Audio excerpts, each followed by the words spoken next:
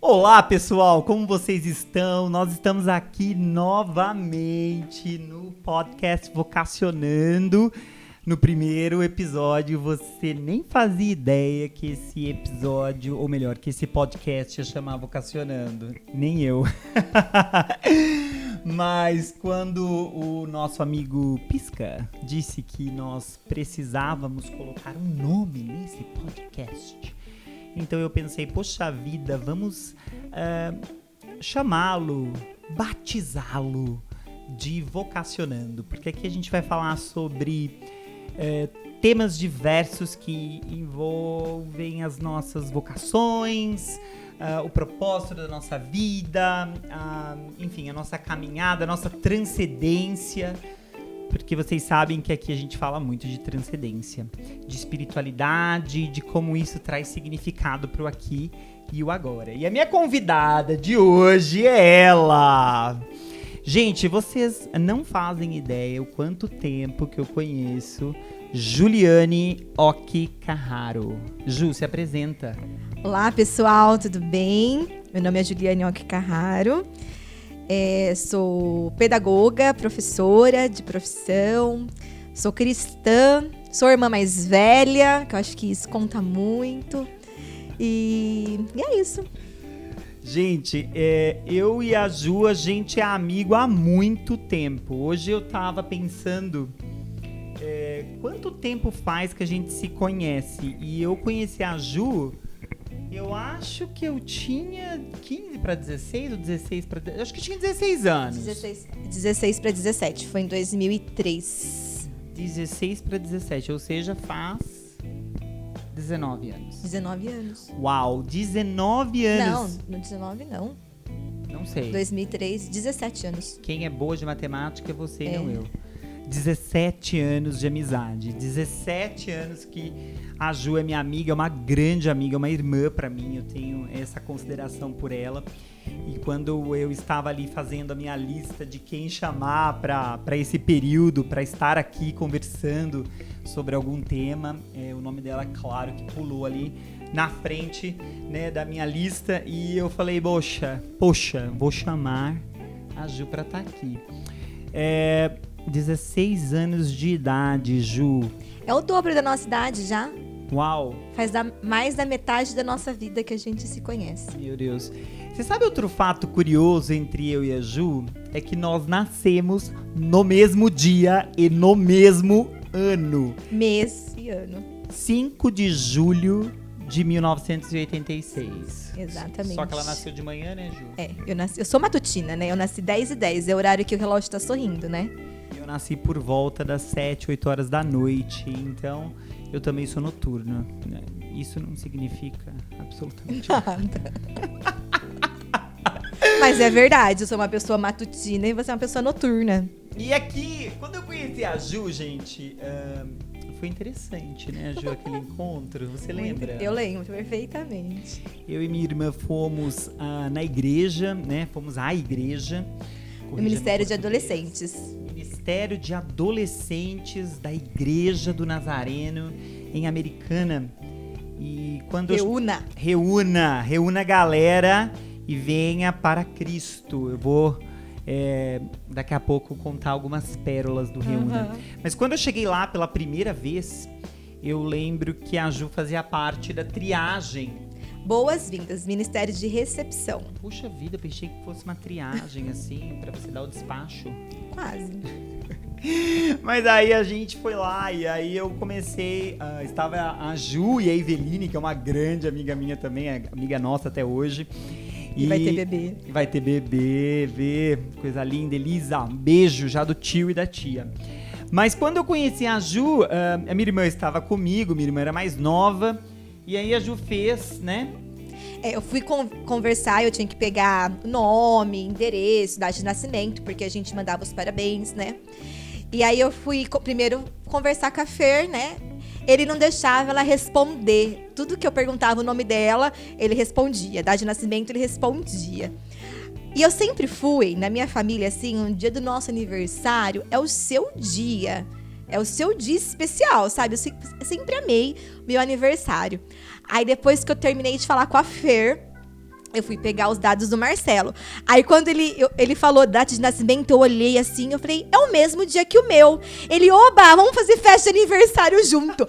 Aí eu falei, gente, eu virei pro Evelino, eu nem conheço esse menino, ele é muito chato, já quer fazer festa de aniversário junto? É o meu aniversário. Por isso que você precisa tomar cuidado com as suas primeiras impressões que você tem com as pessoas, porque a Ju teve uma primeira impressão ruim minha e aí, ó, virou melhor amiga. E naquele ano a gente comemorou o aniversário junto e foi assim por muitos, muitos anos. É claro, porque o Marcelo gosta de festa, Marcelo gosta de aglomeração, embora nós sabemos que nesse período, Sim. né? Inclusive, ano passado foi o meu primeiro aniversário que comemorou só eu e minha esposa. Isso me deixou muito triste, mas foi assim que eu e a Ju nos conhecemos, nos conectamos de uma forma extremamente não convencional. Uma amizade que provavelmente não tinha nada pra dar certo. Muito diferentes, né? Ou não, né? Porque... Eu acho que as pessoas diferentes completam, né? Se Sim. completam umas às outras. E nós começamos, enfim, a sermos amigos e... Eu também tenho uma irmã mais nova, que tem a idade da Fer, Tem a então a idade da minha gente convivia muito junto, né? Foi um período muito bom, assim. E aqui, por que a gente tá fazendo o resgate dessa história, né? De como a gente se conheceu. É claro que trazendo de uma forma divertida para vocês, mas a ideia é a gente entender a importância das amizades na nossa caminhada com Deus, na nossa caminhada rumo à transcendência, né? Quando a gente pensa transcender, a gente está pensando na nossa conexão com o eterno. Então, como foi importante, né, Gil, nós termos o nosso grupo de amigos ali. E aí eu não quero correr o risco de citar outras pessoas para não ser injusto com ninguém, porque muitas pessoas importantes passaram por nós naquele período. Mas quão importante foi, né, ter pessoas com quem nós podíamos contar e ajudar uns aos outros. Exatamente. E ao longo, hoje eu olhando as amizades minhas de mais de anos, assim, inclusive do Marcelo, são aquelas pessoas que você pode ser você. A gente teve muita briga, muita discussão, mas eu sei que eu posso falar o que eu quiser pro Marcelo da mesma maneira que ele pode falar, não só ele, como outros amigos meus de mais tempo, né? E na caminhada com Jesus é ser vulnerável, sabe? É de você abrir o seu coração. Eu acho que muito aquilo de confessar os seus pecados um para os outros, sabe? Ser vulnerável mesmo. Sim. E ter essa busca de estar junto de Deus, juntos. Que não tem como a gente buscar Deus sozinho, a gente é corpo, né? Nós somos comunidade, então é muito importante, ainda mais acho que nessa fase que nós estávamos, né? 16, 17 anos, que não é uma fase fácil, ainda mais para quem cresceu na igreja, né? Mas ter amizades saudáveis, amizades que têm o mesmo propósito que o seu, de buscar o Senhor. Eu lembro que teve uma vez que nós tínhamos Skype, nós fizemos uma vigília por Skype, gente, 16 anos de idade. Nós estávamos era ali... MSN, não era? Eu vou te deletar, te excluir do meu Orkut. Eu lembro que tinha Mirk, ICQ... Eu vou te bloquear do meu MSN. MSN. Não me mande mais scraps nem e-mails, PowerPoints. Gente, vocês às vezes estão escutando esses nomes, né? Mirk, MSN, ICQ... E não sabem nem do que se trata isso. Mas essas eram as nossas redes sociais, né? Era o início, né? Era um mundo novo. O início era a palavra. Internet de escada. A gente tinha horário porque, pra quem não sabe, a nova geração, quando a internet de escada, quando você usava, bloqueava a linha telefônica.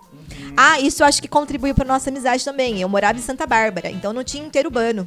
Porque eu lembro que os meus amigos de Americana, eu podia ligar uma vez por semana só, porque era caro, e depois das 9. Agora, como a gente morava em Santa Bárbara, não tinha interurbano, então a gente se falava todo dia. Esse podcast virou cultura De 1990 não, de 2000. 2000, geração Cultura 2000. geração 2000. Uau! O que nós ouvíamos quando nós tínhamos essa idade, Ju, de música? Afinal de contas, Resgate, Cats Barneia. é bom lembrar, pessoal, que essa ideia, né, de que cristão pode ouvir música secular, né? É uma ideia bem, assim, nova, né? Na nossa época, a gente era proibido. Eu joguei fora os meus CDs do Sandy Júnior. E da Xuxa também, né? Da Xuxa, os discos de vinil da Sabe que eu Xuxa. fiquei muito triste. Hoje valeria ouro. Que eu queria muito, assim, sabe? Um dia tá ali no programa da Xuxa e falar assim, quero mandar um beijo pro meu pai, pra minha mãe, pra minha irmã e um beijo especialmente para a Sasha. Do tipo, a Sasha era uma criança, hoje a Sasha...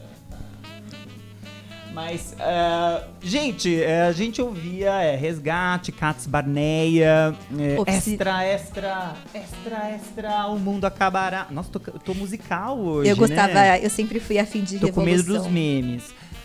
Revolução está no nome de Deus. A gente gostava também internacional, Third Day, Jars of Clay. Acho que vocês nem sabem. Third Day foi até engraçado, porque só ouvia a música, né? Aí com o timbre, a gente imagina uma pessoa. Quando eu vi a foto deles, não tinha nada a ver com o que eu tinha imaginado. Que bom.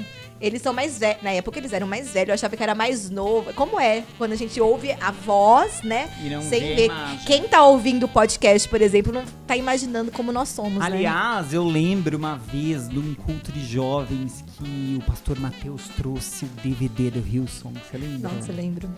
E a gente via aquela adoração extravagante, é algo tão novo. Aliás, gente, DVD, né? Era DVD. Até hoje, eu acho que dei embora, mas eu tinha muitos CDs. Porque era época de concurso da igreja, prêmios, a gente sempre ganhava DVD. Eu lembro que tinha até do Diante do Trono, eu ganhei no Braços do Pai. Nossa, falou tanto no meu coração aquele CD. A gente ouvia muita música cristã, muita música boa, né? Então, assim, a gente, quando se reunia também pra ouvir música. Uma coisa que acho que o pessoal não faz muito hoje, né? Reunir pra ouvir música, coloca uma música pra ouvir. Junto, né? Mas, assim, foi um tempo muito precioso, porque, veja, o tema desse podcast é a gente falar da nossa vida com um propósito, né? Viver com um propósito. E toda vida com propósito tem um início. Toda vida com propósito, e quando esse, né, pensando num propósito de Deus, pensando que esse propósito ele é explicado através do nosso relacionamento com o divino, foram esses, eu acho que os primórdios, né, quando tudo começou, né, Ju? Tanto na sua vida quanto na minha, embora eu vim de uma outra igreja, mas eu posso dizer que os fundamentos da fé foram colocados para mim ali naquele tempo. E as amizades foram muito importantes. E é interessante que as amizades que eu tive e desenvolvi naquele tempo andam comigo até hoje, né? E assim, pessoas do meu coração que estão nos ouvindo, as amizades, elas são cíclicas na sua maioria, né? É importante a gente falar disso também. Porque tem pessoas que entram na nossa vida e vão embora, e às vezes a gente fica se lamentando. Por que a pessoa foi embora? Por que ela não está aqui mais comigo? Mas na verdade é porque as amizades tendem a ser cíclicas, né? Tem começo, meio e fim. Mas, não mais, porque mais é adição, mas é porém, eu tenho muitas boas amizades que foram atemporais e não cíclicas, né? E sabe, eu demorei um pouco pra aprender isso, né? Ainda mais porque eu era de um bairro pequeno, na escola eu estudava com quem fez EMEI comigo, sabe? E no ano 2000 foi um ano muito marcante na minha vida, porque foi o ano que eu tive que mudar de escola, sair daquele mundinho que eu tava inserida a vida inteira, né? E foi o ano também onde que eu fui foi o primeiro acampamento que eu fui, que foi de carnaval. A gente já vai falar de acampamento, gente, aguarda. E lá eu conheci os jovens com um propósito, que eu falei, nossa, Deus tem um propósito. E foi muito radical na minha vida essa mudança, sabe? Mas eu sou muito intensa com as minhas amizades. Eu achava que todo mundo tinha que durar pra sempre. Não durar, se relacionar pra sempre. E quando eu comecei a entender que as amizades são cíclicas e tudo bem. O importante, eu acho que é, primeiro, nada é coincidência. Eu acho que se a nossa vida está diante de Deus, tudo tem um propósito. Então, eu lembro quando eu tive que mudar de escola, eu orei muito. Eu falei, Deus, coloque as pessoas que o Senhor quer que eu desenvolva amizade, sabe? E tanto no meu ensino médio, foram pessoas assim que nós tínhamos amizade, a gente ficava o dia todo junto. Ou por mais que hoje nós não temos mais contato, né? Mas eu sei que naquela época eu deixei uma marca naquelas pessoas, como elas deixaram. Né? Isso. E foram importantes. Uau. E na igreja a mesma coisa, né? Muito legal a Ju falar isso, porque o que acontece? Quando a gente, inclusive, se aproxima das amizades, das pessoas com propósito, a gente faz isso de uma forma madura. Ou seja, veja, ninguém tá usando alguém para algo, para alguma coisa, mas a gente tá entendendo aquele movimento e aquele momento, no sentido de nós não, quando a gente vive com um propósito, a gente aproveita cada minuto daquele, né, do presente e daquela pessoa, porque a gente não sabe que caminhos que Deus vai nos levar. E é intencional. Sim. Sabe, meu currículo de trabalho é bem amplo, bastante experiência, mas eu tenho até hoje relacionamentos, e assim, quando eu estava em determinado lugar, eu era inteira ali, entende? Eu me doava, e até na época, quando você está vivendo um momento, você nem consegue imaginar um futuro onde você não está com aquelas pessoas. E é triste quando as coisas mudam, quando você muda de trabalho, porém, por mais que nós não temos contato, eu acho que ficou sempre a porta aberta, ficou a herança, sabe, daquilo. E isso é muito importante. Uau, que legal. E assim a gente vai caminhando com os nossos relacionamentos. Então, quando a gente pensa em viver com propósito, a gente tá falando de uma maneira ressignificada de a gente olhar o mundo, as pessoas, né, o cosmos, a natureza, né, o mundo criado. E algo muito importante aqui, bom, primeiro, a vida com propósito, ela começa. Segundo, ela precisa ter um começo, precisa ter um marco. Então, quero que você lembre aí do seu, né? A gente contou e demos um exemplo da nossa amizade, que coincidentemente é quando a nossa vida com o Senhor estava ali no seu início, com Deus. E depois, assim, a importância das pessoas e das amizades, né? Acho que vem em segundo plano. E também das atividades, né, Ju? Eu acho que quando a gente está vivendo com um propósito, a gente precisa estar envolvido em atividades que ressaltem aquele propósito. Então, nós tínhamos ali semanalmente o encontro do Reúna a Galera e Venha para Cristo. Curtindo a vida com Deus! Go! E nós tínhamos acampamentos. Eu acho que se tem uma atividade que ficou marcada naquela época, naquela geração, foram os acampamentos, não foi, Ju? Muito, pelo menos a minha vida, sabe? Igual eu tava falando do ano 2000. Eu era da Nazareno e eu entrei em 98 lá. E eu ia no Ministério Infantil, que é muito, muito bom. Tinha um pastor, a equipe toda que ministrava. Não era historinha para criança, era ministração mesmo. Como eu disse, eu tive encontro com Deus muito cedo, com 7 anos mais ou menos, mas bem nessa faixa etária de 10, 11 anos foi quando minha avó materna faleceu e eu fiquei muito chateada com Deus. Falei, nossa, Deus não gosta de mim, é tudo mentira, né? E foi quando, em 98, que eu fui para Nazareno e Deus, no cultinho, Deus usou a vida do pastor Elias e ministrou muito na minha vida, sabe? Mostrando que ele sempre esteve presente. Mas aí, eu não queria crescer, né? Não queria ser adolescente, ir pro culto.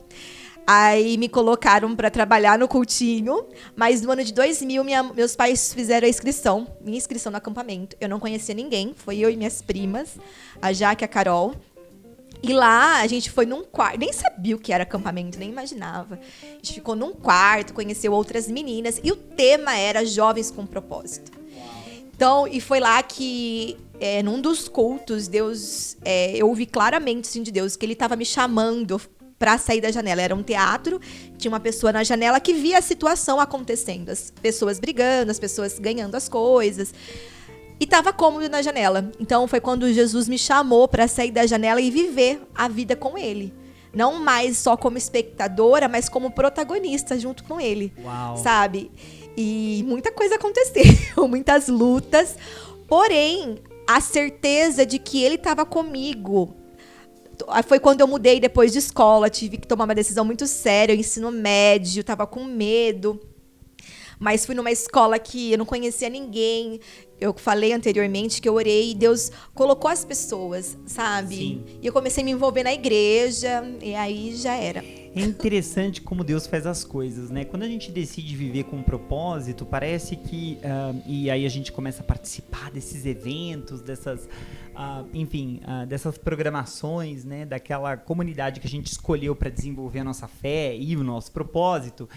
A gente parece que no começo já tem, né? Uma imagem, mesmo que nublada, embaçada, daquilo que Deus vai fazer na nossa vida, né? E você trouxe essa imagem do teatro da janela muito bem colocada. E uma das coisas que a Igreja do Nazareno fazia muito bem, gente, era acampamento.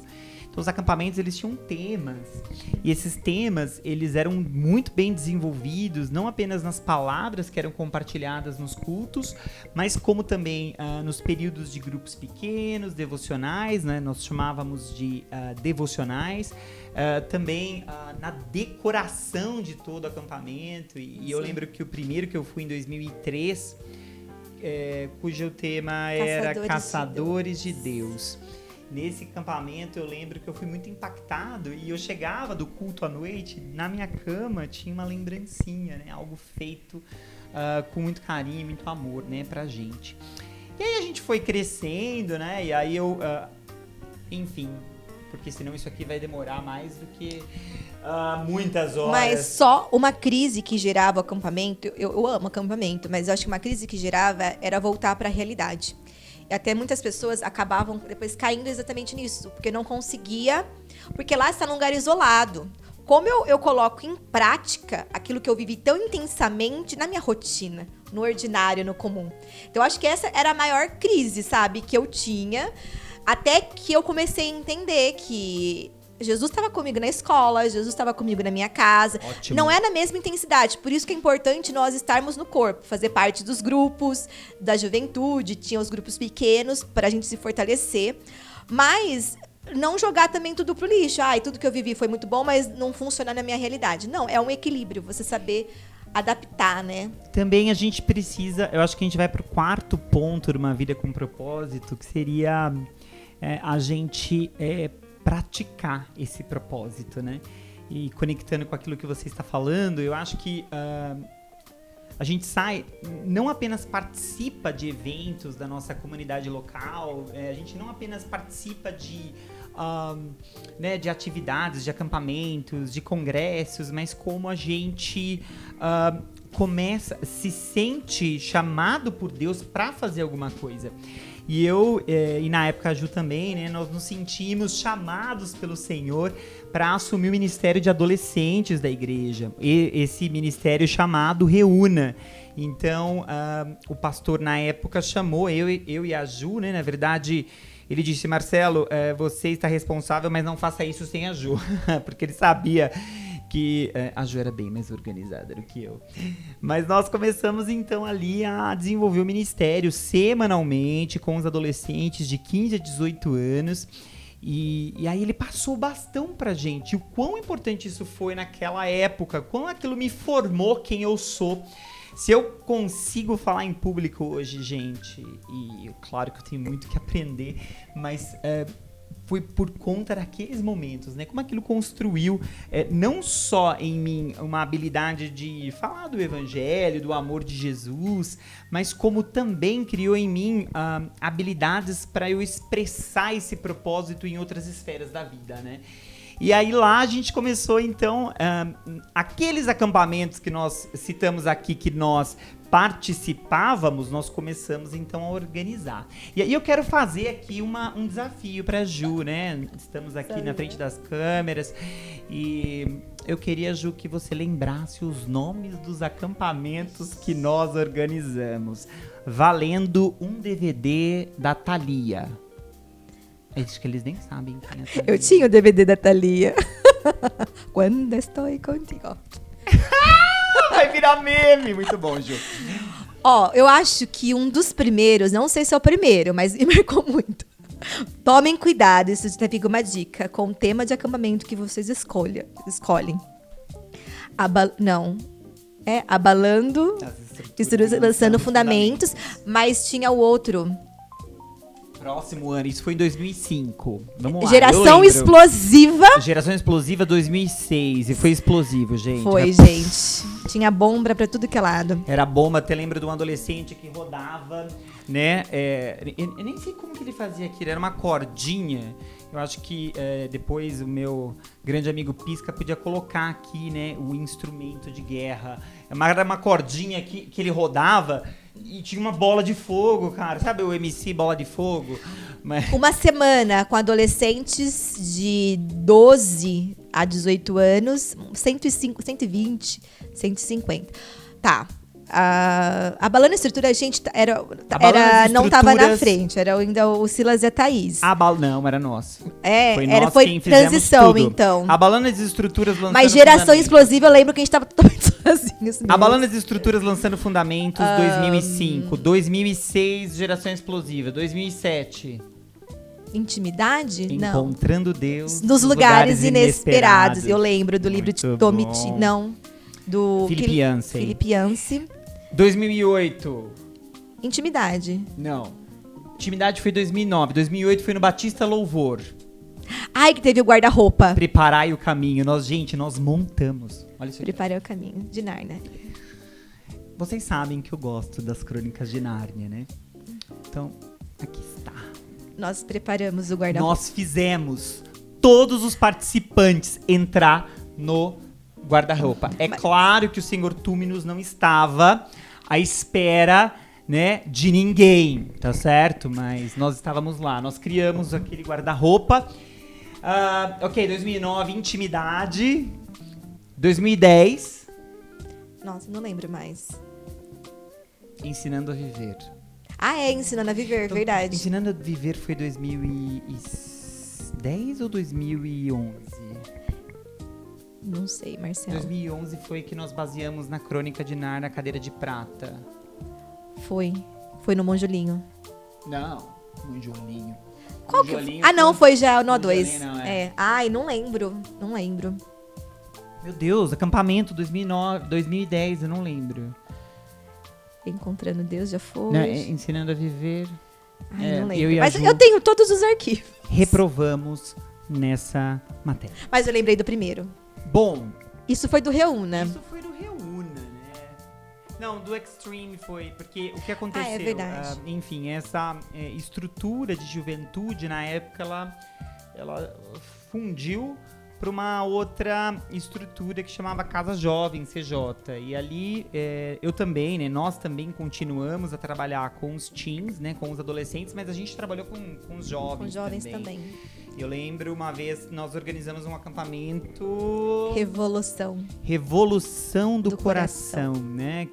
Em que nós tivemos o privilégio de conhecer um missionário do Egito. Ele trouxe um outro missionário que a gente não podia nem pronunciar o nome dele. Aliás, eu acho que eu nem sei o nome dele. Veio fugido de lá, né? A própria família tinha denunciado ele pro governo. Muito legal, né? Nós organizamos aquele acampamento basicamente também sozinhos e foi muito top. E ali na Casa Jovem, a Casa Jovem era um projeto que acontecia para fora da igreja, né? E ali eu, de fato, enfim, acho que tive bastante contato com o púlpito mesmo, né? Porque quando a gente falava de ministério com adolescente, a gente estava falando de reuniões pequenas, né? Não tinha microfone, não tinha nada disso. Tinha microfone, tinha até banda. Não, banda tinha, mas não tinha, eu acho que... Acho que tinha pregação, eu corrigia suas pregações. Eu sei que você corrigia, a Ju corrigia as minhas pregações. Ninguém tinha feito seminário, ninguém sabia o que tinha, era a graça de Deus, do Espírito Santo. Eu acho que aí vai mais uma lição sobre viver com propósito. A gente não precisa saber tudo pra começar a viver com propósito. Exatamente. Porque tem pessoas que morrem de medo de fazer alguma coisa, de ser exposta e, poxa, vão me repreender, né? Vão me acusar. E pelo contrário, eu acho que tanta besteira que a gente falou pra galera. Eu lembro uma vez que eu trouxe um estudo do baralho, que o baralho era do Satanás. Eu sempre fui contra, porque eu sempre joguei baralho. A Ju sempre foi contra. Aliás, a Ju Era é bem tradição de competitiva. família. Não joguem Uno com a Ju, né? Então, falando em Jubes, né? A gente já falou bastante disso, né? A Ju, ela teve vários apelidos, né? Que são Todos ótimos. criados pelo ser aqui, né? Então, Juliane, quando eu cheguei lá na igreja, Juliane, nós chamávamos ela de Jubis. Vou explicar. Com 2 S's, né? Vou explicar o contexto. Primeiro porque tinha muita Ju. Segundo, porque na época... Foi mal da década de 80? Todo mundo colocou o nome minha de mãe Ju? fala que sim. Mas você não tem nome composto, né? Não, Eu mas tenho. a minha mãe conta que... no dia que eu nasci, nasceram 8 crianças no hospital. Das 8, um era um menino chamado Edgar. Das 7... Edgar, gente. Das 7... Mas era Edgar ou Edgarde? Isso eu já não sei. Porque tinha um D no final. Das 7, terminar de falar, das 7 mulheres, 6 eram Juliana. Aí minha mãe colocou eu de Juliane. E a vida inteira, gente. Na faculdade tinha 4 Juliana, eu de Juliane e um Juliano. Então era só sobrenome. Na igreja, e voltando, por que Jubes? Era a época das redes sociais, início, né? Tinha o Mirk, ICQ, e nós tínhamos que ter um nickname. Aí, Ju Oki ficava feio, né? Aí, até que uma colega nossa, né? Chamou de Jubes. Aí, eu falei, nossa, aí Jubes com S só já tinha. Aí, eu tive que colocar com 2 S e underline. Jubes com 2 S's e Y. E underline, o nickname. Jubis, né? Exatamente. Até, olha como é raiz aqui. Gmail, quando entrou o Google, a gente ia criar o e-mail. O meu e-mail da Google é Jubes com 2 S, só tinha eu assim. Bom, eu já sou assim, meu nome é Marcelo Augusto, né? Tem um cantor aí que, enfim, não conheço nenhuma música para poder cantar aqui para vocês. Mas, na época, o meu primeiro e-mail foi no Hotmail, e aí era Marcelo com 2 L's. Não, calma, esse foi do outro. Então tá. Gmail. Yahoo. Yahoo. Gente, eu tinha Yahoo francês, porque eu queria aprender a falar francês. Era .fr. A Ju é muito autodidata, né, gente? Mas depois a gente fala do seu background, né? Do seu histórico, que é samurai, com sansei, com... enfim. Aliás, gente, foi a Ju que me ensinou a comer comida japonesa, né? Um fato, assim, que não vai te servir pra nada, mas... foi ela quem me ajudou, né? Do tipo, a curtir comida japonesa. Mas vamos lá. Jubis com 2 S's. E, gente, por eu chamar Marcelo Augusto, meu apelido era Guto, né? Então é interessante porque eu tô morando aqui onde eu morei, enfim, minha vida inteira, né? Tive um tempo fora do país e agora quando eu volto, algumas pessoas das antigas me chamam de Guto, Gutão. Eu acho muito engraçado, porque ninguém mais me chama assim, né? Mas daí a Jubes foi evoluindo nos apelidos, né? Eu não tive esse privilégio de ter meus apelidos sendo evoluindo, né? Evoluídos ao longo do caminho, né? Então, Jubis virou Jubis Creyson. Eu acho que você poderia aproveitar essa oportunidade para explicar um pouquinho sobre a Jubis Creyson. Na verdade, nada como ter uma pessoa criativa ao seu lado que não tem nada pra fazer, né? Olha, me chamou de vagabundo. Não. Não isso, mas sem ter nada o que fazer. Não como se for uma pessoa que tá sem... Ócio criativo. Ócio, gente, exatamente. Ócio ociosa, chique, ociosa. Né? Nossa, porque ócio criativo é um conceito que vem da Grécia antiga. Mas na verdade, a verdade verdadeira é que não era pra mim. Foi na época de Orkut. Tinha uma outra pessoa que também estavam chamando ela de Jubes. Aí fizeram uma piada com ela, não era pra mim. Mas aí é claro que o Marcelo Augusto, né? O Jubes virou Jubis Creyson, que virou Crey, mas isso vocês não podem chamar ela de Crey de maneira nenhuma, por favor, tá?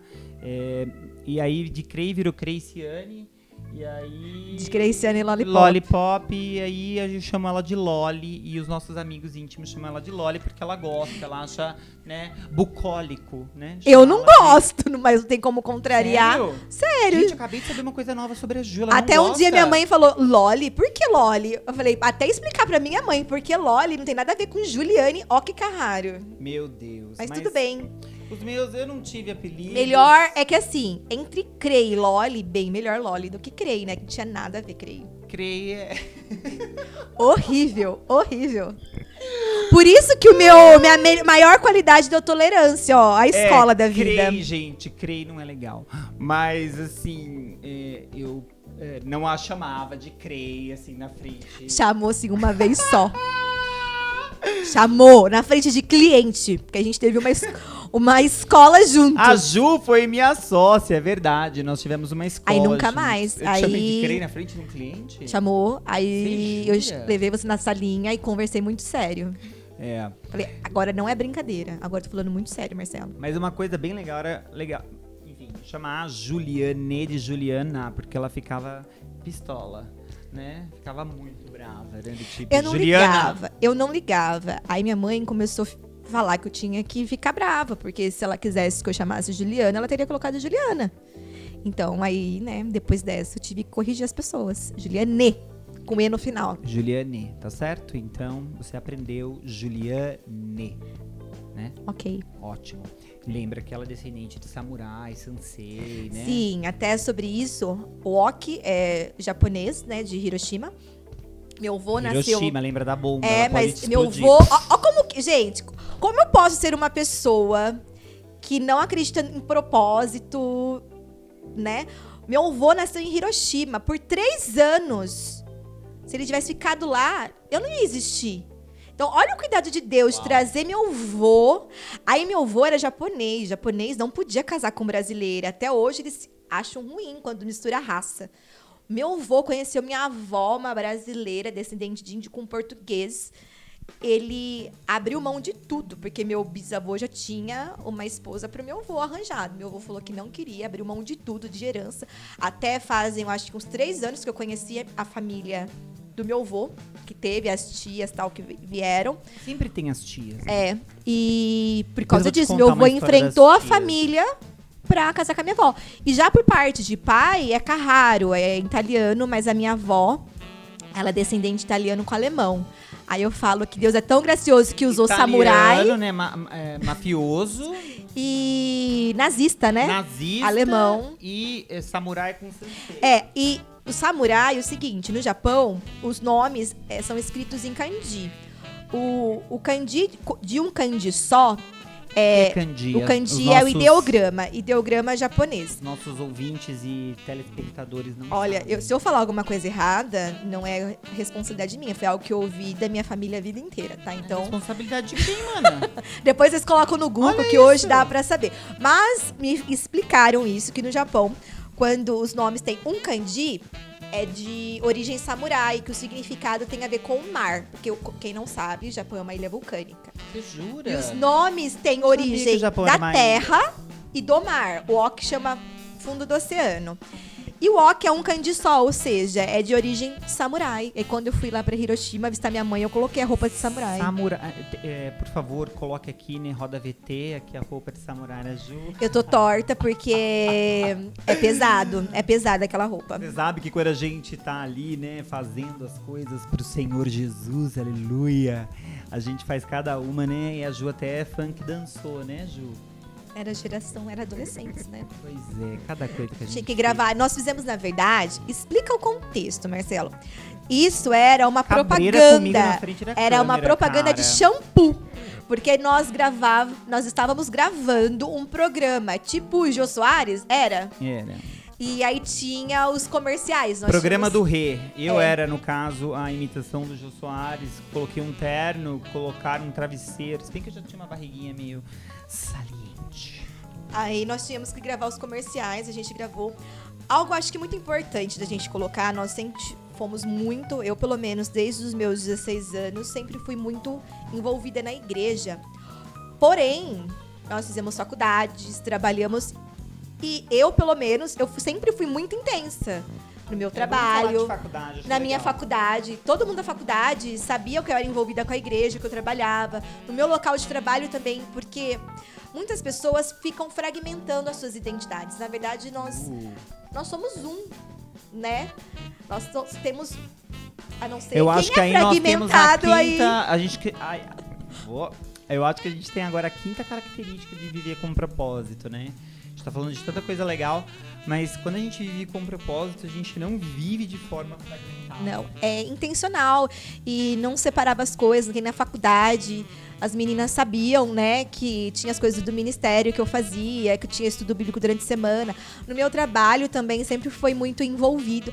E todas essas experiências, esses papéis que a gente assume e desenvolve, vai formando quem nós somos. Né? A transcendência, gente, ela não transforma a gente num alienado. Eu acho que é muito importante a gente parar para pensar sobre transcender e sobre a relevância que nós temos no mundo. E aqui, se você ouviu o podcast que nós conversamos com a Ale Monteiro sobre, enfim, vida adulta, maturidade. A gente gravou 2, né? E no segundo podcast que a gente gravou com ela, que eu não sei se ele vai vir antes ou depois desse, então fica aí a dica pra você, mas a gente fala sobre a importância da relevância, não em termos de quantidade de pessoas que nos seguem nas redes sociais, mas o impacto que nós trazemos para as pessoas que cruzam os nossos caminhos, né? Então, eu acho que uma das características assim, tão importantes e essenciais é nós sermos relevantes, transcendendo, sermos relevantes no ambiente em que nós estamos inseridos. E eu acho que tanto eu quanto você, nós somos nas nossas faculdades, né? Sim. Você, enfim, conhece pessoas até hoje, pessoas te respeitam por quem você é. E comigo a mesma coisa, né? Eu estudei integral, gente, então eu ficava na faculdade ali das 8 da manhã às 5 da tarde, estudei em Campinas e voltava todo dia, ou seja, eu chegava em casa depois das 7. Então, foi um período desafiador, porque eu acho que os nossos valores são questionados mesmo. Se a tua faculdade não questiona o teu valor, ou as pessoas, né, que estão ali não questionam os teus valores, tem algum problema, porque os nossos valores são questionados, a gente lida com pessoas diferentes de nós, né? Mas eu vejo que a gente venceu. E é o cristianismo, eu gosto de falar do livro do C.S. Lewis, cristianismo puro e simples, porque se é só uma religião, a gente acaba colocando julgo nas pessoas, né? Ou até mesmo quando nós somos muito questionados, a nossa fé, ela vacila. Mas quando a gente vive um cristianismo genuíno na pessoa de Jesus, no relacionamento com Jesus, não tem como nós não vivermos como Ele, né? E não que nós sejamos perfeitos, pelo contrário, até acho que nas nossas fraquezas nós refletimos Jesus, sabe? É verdade. E ser intencional nos relacionamentos, onde nós passarmos, saber que Deus colocou essas pessoas, as nossas características, né? Hoje a gente ouve tanto de você não se julgar, se comparar com o outro, mas quando a gente sabe que nós somos criatura de Deus, criação de Deus, que Deus, quando pensou na gente, Ele colocou qualidades, Ele colocou talentos, habilidades, uma personalidade, né? É claro que com a queda tem algumas distorções, mas quando nós estamos em Cristo, isso aí está reestabelecido, né? Redimido. Sim. E essas habilidades trazem como conservação no mundo, traz ordem nesse mundo, né? A gente consegue ser relevante. Não ser relevante nós, mas trazer uma mudança que, quando a gente é mais jovem, olha eu falando como uma idosa, né? Mas quando a gente é mais nova, a gente quer fazer grandes coisas, né? Eu lembro que eu queria ir pro mundo inteiro. Hoje eu entendo que quando eu consigo me transformar e fazer a diferença no meu local, eu tô mudando o mundo, né? Não são grandes ações, mas são pequenas atitudes com grande amor, como diz a Madre Teresa. Nós éramos assim, eu entrei, né, a Ju também, na faculdade muito novo. Nós entramos com 17. Acho que se bem... Você entrou com 18, eu entrei com... Não, eu entrei com você 17. 17, eu entrei com 18. Apesar de nós termos a mesma idade, eu entrei um ano atrasado porque eu estava no Japão. Não porque eu sou repetente. Não suportava quando as pessoas achavam que eu era repetente. Repetente. Mas, tirando a brincadeira do repetente criminoso, você nem vai saber disso, mas é de uma peça de teatro chamada Aurora da Minha Vida. Ai, que saudades da aurora da minha vida, da minha infância querida, que os anos não trazem mais. Mas assim, nós entramos muito novos, né? Até hoje, como consultor de carreiras, às vezes as pessoas me perguntam se eu acho que enfim, correto, aconselhável um jovem de 17 anos entrar na universidade e, enfim, não existe uma resposta certa ou errada para isso, mas eu acho que quanto mais maturidade a gente tiver para lidar com esse ambiente, que as nossas ideias e valores mais profundos serão questionados, melhor, né? Então, vale a dica, mas eu lembro que no começo, nos primeiros anos da faculdade, eu sentava, era da turma do fundão, mas não porque eu fazia bagunça, mas porque eu tinha medo de me relacionar com as pessoas. Eu fui assistir uma aula de economia sua. A Paula, meu amor, um beijo. Tá pensando em você. Tô pensando em você, eu só penso em você. Nossa, isso aqui tá muito musical, né? A gente pode fazer um musical na sua parte. Na minha parte, claro, mas você cantou Thalia, né? Isso tá registrado, graças a Deus. Mas eu sentava lá atrás e tinha medo, gente, de me relacionar com as pessoas. Tinha medo de dizer que eu era cristão, né? E aí eu me lembro que o professor de história do mundo, né, me pediu, ou dividiu a classe em grupos para fazer uma apresentação sobre a reforma protestante, né? Então, e aí, gente, como eu estudei Relações Internacionais, esse foi meu primeiro curso de graduação, a gente entende a reforma protestante não como a gente entende dentro da igreja, né? A reforma, num contexto histórico-social, ela tem algumas outros desdobramentos. E eu lembro que eu tive que fazer grupo. E eu falei, eu não quero fazer grupo, porque eu não quero me reunir com essas pessoas, porque elas vão me desviar do meu caminho. By the way, gente, ninguém te desvia da tua fé. É você quem se desvia da sua fé. Ok, volta. Lembre-se que a gente, enfim, eu tinha medo, eu era muito novo, eu não queria perder aquela paixão por Jesus. E aí o nosso tema foi Reforma Protestante, e aí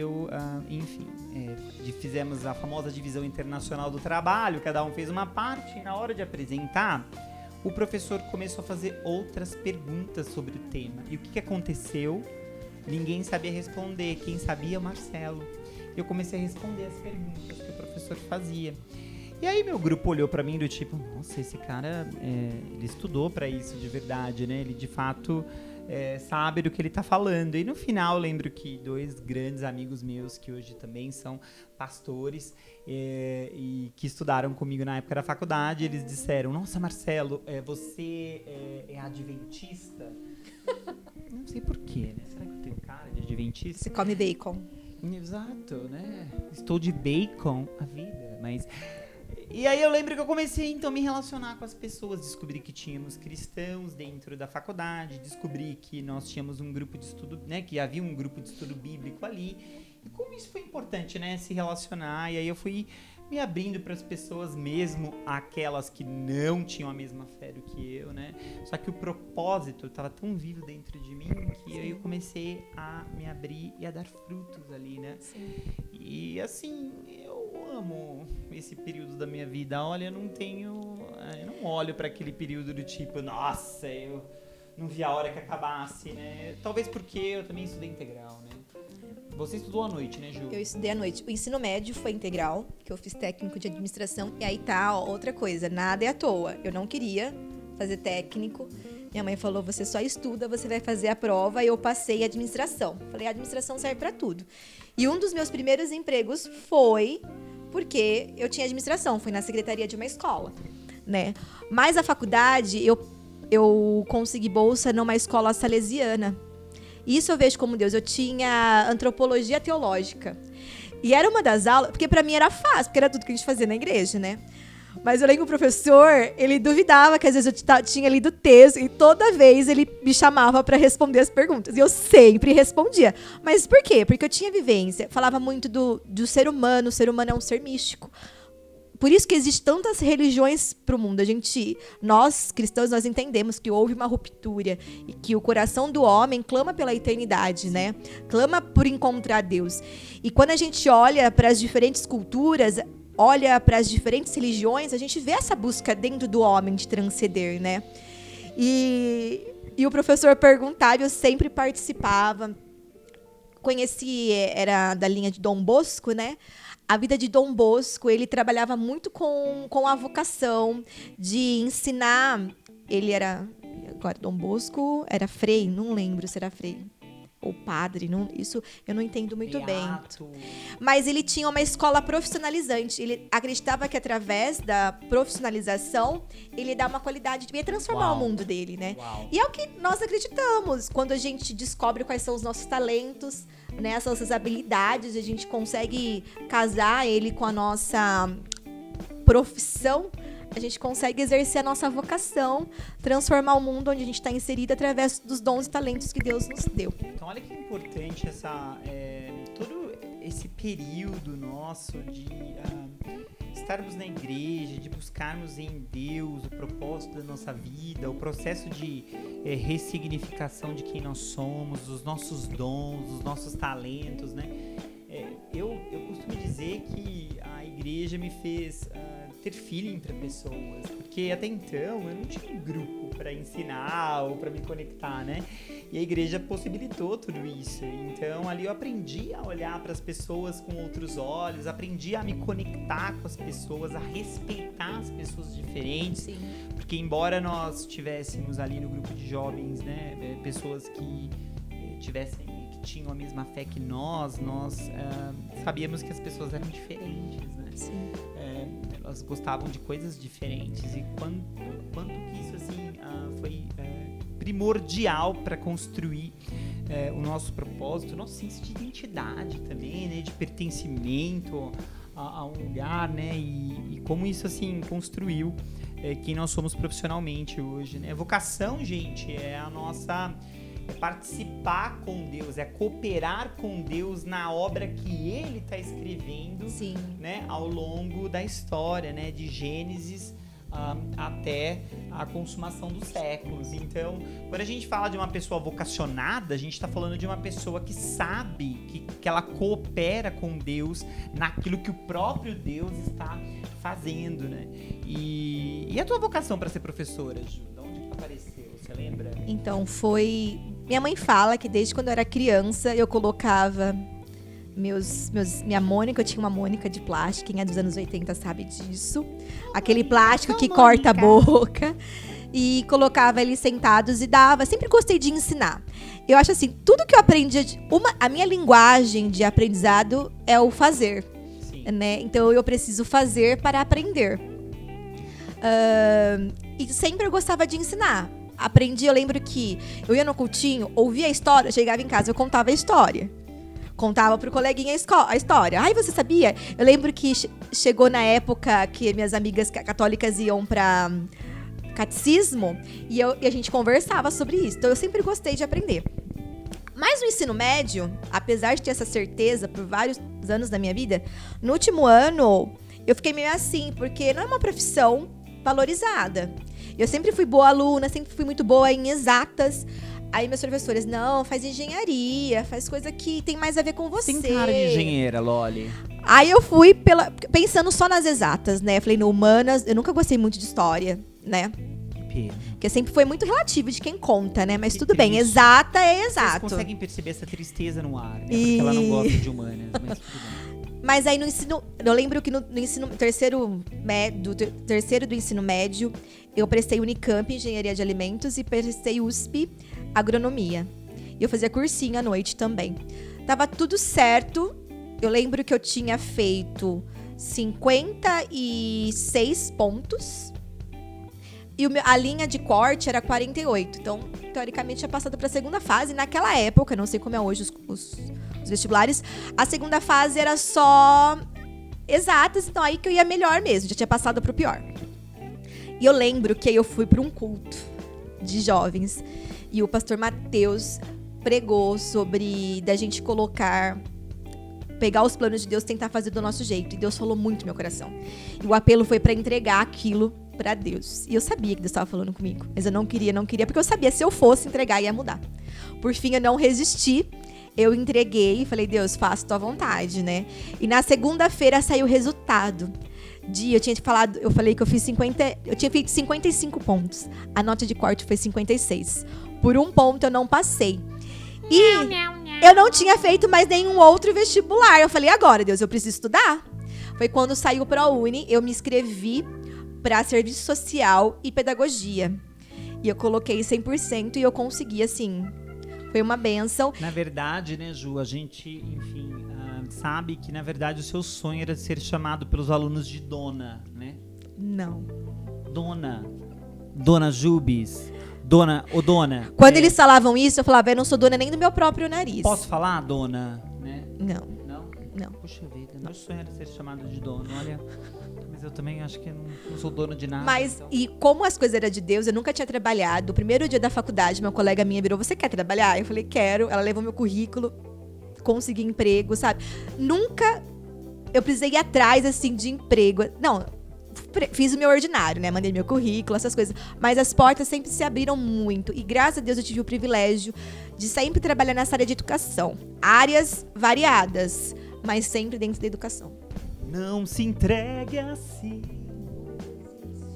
pois existe um Deus que quer cuidar de ti. Estamos de volta, nem fomos, né? Porque na verdade você nem sabe que isso foi cortado, né? Que a gente gravou em 3 partes, mas nós estávamos falando, na verdade, do Dona Crei, né?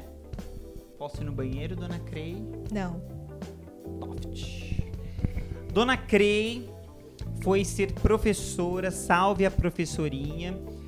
Vocês viram que ela, enfim, a educação acompanhou você desde a sua infância, né? Tem uma história bem parecida, eu também gostava de dar aulas quando era criança. Convido você a assistir meu vídeo aqui, não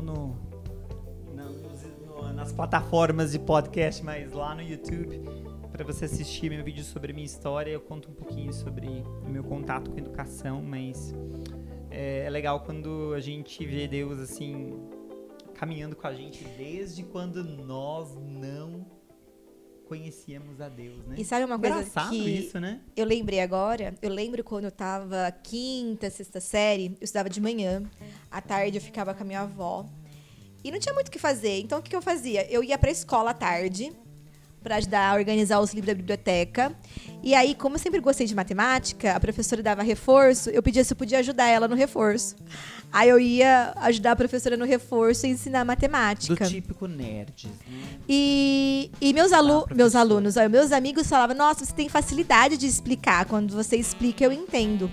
E no ensino médio, como era uma escola técnica, a gente ficava o dia todo na escola.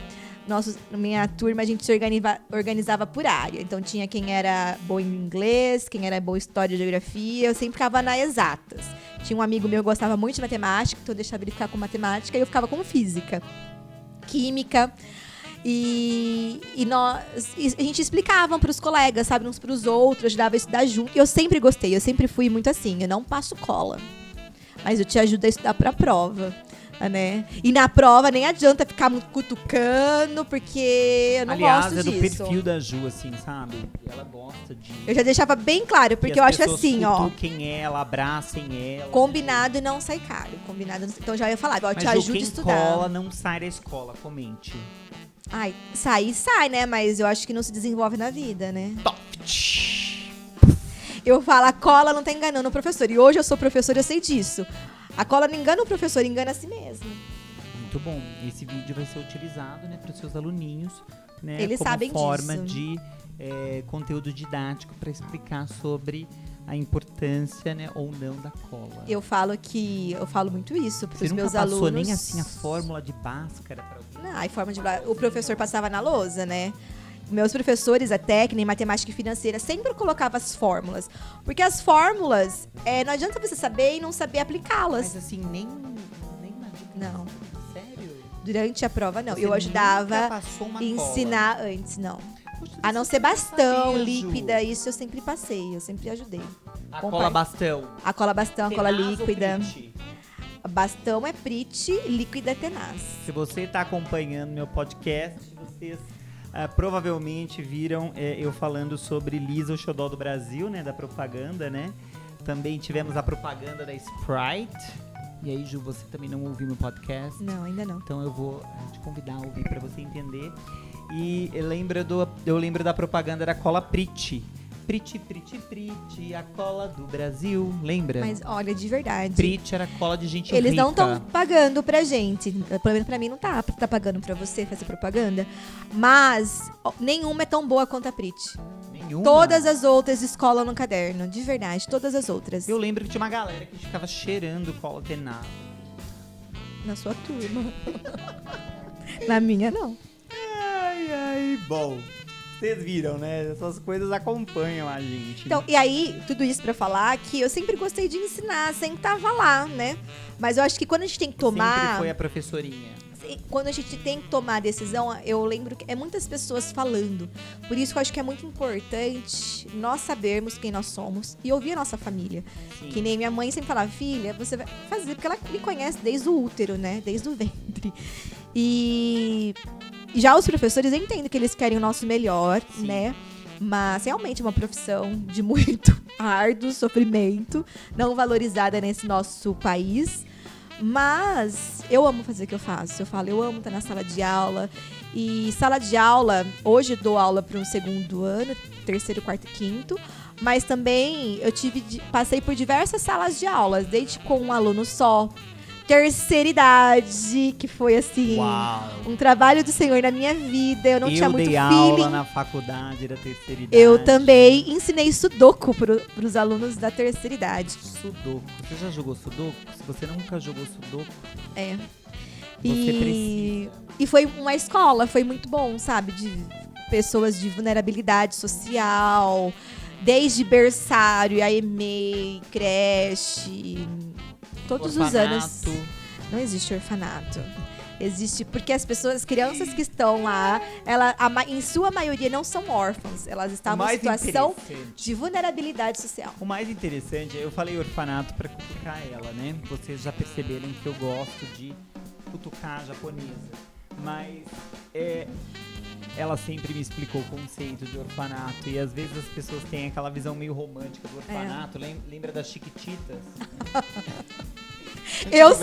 Eu amava Chiquititas, mas não tem nada a ver, gente. É uma realidade muito cruel mesmo. E quando, na verdade, antes disso, acho que Deus vai dando gradativo pra gente, né? Porque eu acho que a gente não consegue tudo de uma vez.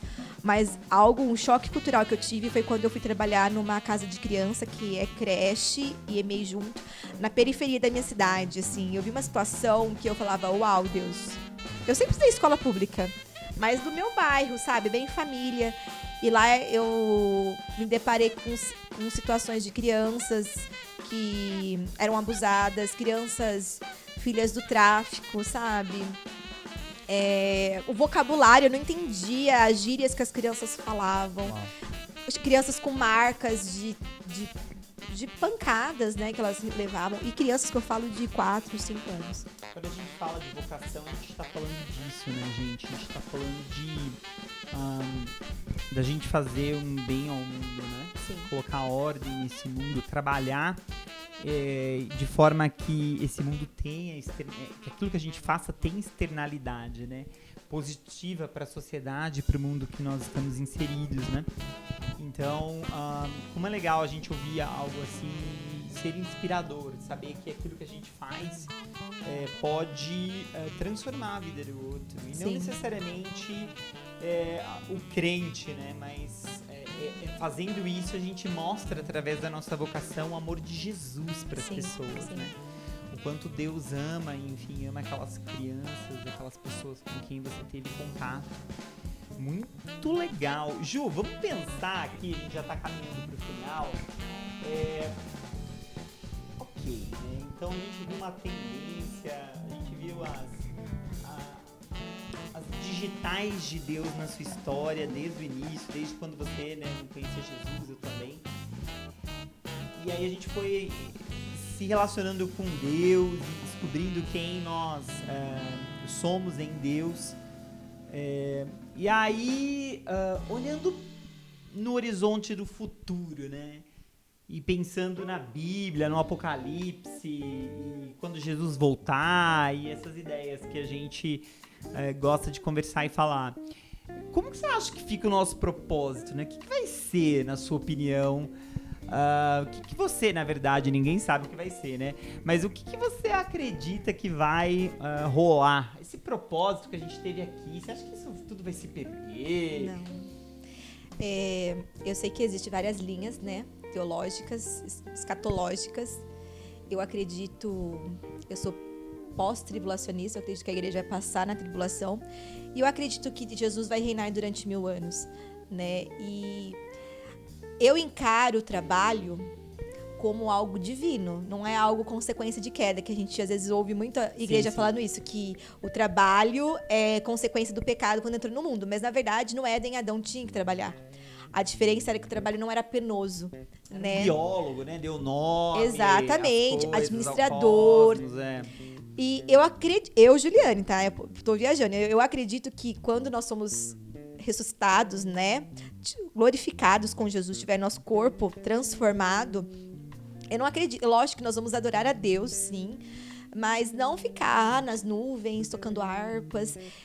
Eu creio que me imaginar tocando o reino milenar vai ser o momento onde Jesus, o rei, vai vir para restaurar o cosmos, sabe? Sim. Restaurar o Éden, restaurar a criação. E eu acredito que nós, né, vamos ser trabalhadores nisso. Alguns vão ser governantes, outros... Eu até brinco, porque eu amo ensinar e eu amo contar histórias. Então, e eu amo as nações, né? Tive a oportunidade de estar em alguns lugares, mas eu acredito que vão ter pessoas aqui que não vão morrer com Jesus, nem pela besta, nada disso, mas que vão precisar ser evangelizadas. Eu até brinco, falo assim, eu imagino eu contando, né, a história de Abraão. Aí eu falo, Abraão, vem cá, Abraão. Vem se apresentar para essas crianças que estão aqui. E ensinar, contar a história do evangelho, porque Deus me chamou para ensinar. Eu acredito que eu vou trabalhar com isso. Uau, que demais. Sabe o que eu tava pensando, né, gente? O número da besta é 666. E tem uns crentes que são 333, né? Meio besta. Essa foi ruim. Não teve graça. Não teve. Mas eu também acredito que nós vamos trabalhar e o nosso trabalho não vai ser esse trabalho imaginado por alguns que deitado eternamente em berço esplêndido ou, sei lá, enfim, tocando instrumentos, mas... Não que a gente não vai fazer isso, mas não. Eu acho que a gente vai fazer coisas que vão colaborar. E dar glória para Deus. Eu já ministrei muito acampamento. Para quem não sabe, ministrar é quando a gente ora pelas pessoas e pede pro Espírito Santo agir naquela pessoa, né? Eu já dei muitas aulas, tanto quando eu tinha escola, principalmente com os mais velhos, com os adultos, terceira idade, onde que eu me sentia como se eu estivesse ministrando na vida. Porque eu tinha muitos adultos que chegavam lá pra mim, assim, eu não sirvo pra nada, eu tô esperando a morte chegar. E eu resgatava o propósito na vida daquela pessoa, mostrava os talentos, os sonhos que ainda tinham. Tinha viúvas que viveram a vida inteira com o marido, aí perdeu ele e não se encontrava mais. Então, gerar esperança, trazer a esperança, sabe? E eu vi assim, poxa, isso, como Jesus fala quando a mulher do fluxo de sangue rela nele, sabe? De mim saiu o poder. E às vezes eu sinto, quando eu tô dando uma aula, fala, saiu coisa de mim que não é minha, é de Deus. Quando aquele estudante que é negligenciado na sua família, tem dificuldade de aprendizado, quando eu mostro que ele é capaz sim, que ele tem dons e talentos sim. Uau. Que ele tem dificuldades? Tem, mas ele também sabe muita coisa e eu tô aqui para ajudá-lo a se desenvolver. E eu olho para aquela criança e eu vejo que ele creu naquilo que eu falei, de que ele é especial, sabe? E que ele é capaz, porque eu falei que ele é capaz. Uau. Eu vejo o Espírito Santo, Jesus tocando nessas pessoas. E hoje, devido à pandemia, não só o meu estudante, mas as famílias. Como assim, tem sido bem desafiador, né, esse ensino remoto, esse ensino híbrido, mas como também tem sido muito valoroso conviver com as famílias, sabe? Saber como que eles pensam, quais são os valores, quais são os costumes. Uau. E muitos pais não estão preparados para ser pais, não são pedagogos, não tem esse dom que eu tenho, por exemplo, de ensinar, tem essa dificuldade. A escola não é mais a escola que nós éramos como criança, né? Teve várias reformas, vários estudos que entendem a criança como um ser humano em processo, mas que já tem muita bagagem, né? E poder transmitir isso para as famílias. Na nossa época, os professores, eles quem sabiam tudo. E não, a criança, eu gosto da linha sócio-interacionista, né? Que nós aprendemos com o outro. Então, nas minhas aulas, as crianças falam muito. Eu sou mais a mediadora, eu faço os questionamentos. Então, é lindo ver a criança tentar explicar do jeitinho dela, sabe? Sim. E mostrar para os pais que isso tá legal, porque com o erro, algo que eu aprendi muito também, que o erro faz parte do aprendizado. E mostrar para as crianças que tudo bem a gente errar. Né? Eu acho que a nossa sociedade coloca um peso muito grande com o erro, né? E o erro faz parte do ser humano, né? Exatamente. Uau, que legal. A gente passa... Eu falo que sempre nas minhas consultorias que a gente entra em estado de flow. O que é isso? É você ter alta produtividade com baixo gasto de energia, né? E eu, como, enfim, prego a palavra de Deus, eu entro em flow muito pregando isso. Mas eu entro em flow também falando sobre outros temas, né?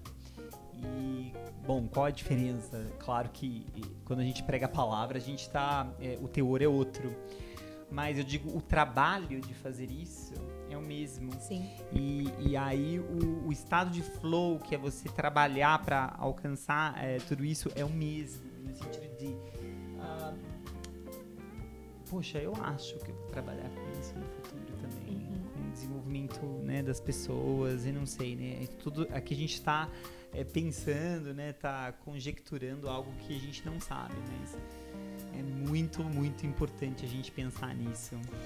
E algo que eu gostaria, já que a gente tá caminhando pro fim, às vezes quem tá ouvindo a gente falar, parece que sempre foi tudo perfeito, sempre foi tudo mar de rosa. Pelo contrário, eu falo, a partir do momento que eu decidi sair da janela, muitas crises pessoais, familiares, a minha fé foi questionada, mas isso só fortaleceu, sabe? Eu acho que isso só vai fortalecendo desde que a gente saiba buscar refúgio no lugar certo. Amém. Sabe? Buscar o nosso refúgio no Senhor, aos pés de Jesus. Sim, é muito importante a gente fazer parte de uma comunidade, mas acho que nada substitui o nosso individual com Deus, nosso tempo secreto com Deus, sabe? E eu falo a intimidade que hoje eu tenho, o que eu conheço de Deus e o que eu conheço sobre eu mesma, sabe? É fruto disso. Sim. Fruto de... Eu não tinha pra onde recorrer, não tinha pra ninguém recorrer. Então, eu ia pro meu quarto, fechava a porta do meu quarto e orava. Até eu tava brincando, falando com o Pisca antes, que a gente tava falando da Thalia, né? Eu era muito noveleira, amava. Te amo, Brasil. Maria do Bairro. E eu lembro que na minha adolescência, eu senti no coração de... jejuar, não jejuar, porque agora hoje eu sei que jejum é comida, mas fazer um propósito, em vez de assistir a novela, ir pro meu quarto, ter um tempo com Deus. Mas também, né, Ju, você era bem viciada. Eu era, gente, das 6, das 5 até as 10, assistia todas. Também, né? Claro. E aí eu lembro que era bem horário das 7, então eu jantava, lavava a louça e ia pro meu quarto, né? E eu ouvia, eu fui ensinada de que a gente conversa com Jesus como se ele fosse nosso amigo. Então eu sentava na minha cama, olhava pra parede, conversava com Jesus, falava do meu dia pra ele. E, gente, parecia que eu tava falando com a parede, mas tudo bem. Aí eu lembro um dia que eu estava lavando louça, eu atrasei um pouco. Aí eu entrei no quarto brincando. Falei, tô atrasada. No que eu abri a porta, assim, a presença de Deus era tão real. E, assim, eu ouvi ele falando no meu coração, você está atrasada. E aquele dia eu não consegui orar, eu só estive na presença dele. Todos os dias foram assim? Não mesmo. Mas é a constância, é a fé, saber que por mais que eu não estou vendo, que eu não estou sentindo, ele falou que estaria, então ele está presente, sabe? Pra terminar, gente, eu sei que essa deve ser a dúvida que tá no teu coração, né? Vocês, quando a Jubes falou que ela, enfim, dá aulas como se ela estivesse ministrando. Ju, eu acho que todas essas pessoas que estão nos ouvindo e nos vendo, elas estão com essa mesma dúvida. Você ministrava as aulas como uma ministra da Assembleia de Deus ou da Igreja Presbiteriana? Deus não rejeita a oração. Olha, hoje eu sei que eu sou carismática, mas eu tenho meu pé no pentecostal. Oração é alimento. Subi muito monte, muito vale, muita vigília. Tem uma coisa muito importante. Há tempo pra tudo. Hoje eu não tenho o mesmo pique de antes, mas quem tem, faça. Nunca vi um justo sem desculpa. Mas o Marcelo fala, mas quem veio da Assembleia foi ele. Eu vim da Batista. No sofrimento. Gente, que gostoso, né? Que bate-papo legal e produtivo. E lembrando sempre pra vocês que, né, no meio dessa minha amizade com a Ju, ela adorava fazer a brincadeira do Fusca Azul, né? Então, a gente viu o Fusca Azul e ela... Fusca Azul. Ah lá, você bateu forte de novo. Metia esse braço em mim com essa mãozinha pequenininha. Olha o tamanho da minha mão. É pequenininha. Eu queria ter a oportunidade de mostrar pra vocês os roxos que ficavam no meu braço. Um dia, quem viu o Fusca Azul fui eu, e o Fusca Azul viu... Para de bater de novo. Ele não deu um tapa, ele esmurrou. Eu chorei. Ela chorou. Mas, Fusca Azul... Se ficar roxo, você vai ver. Te vejo no próximo podcast, gente. Obrigado, Vocacionando. Valeu!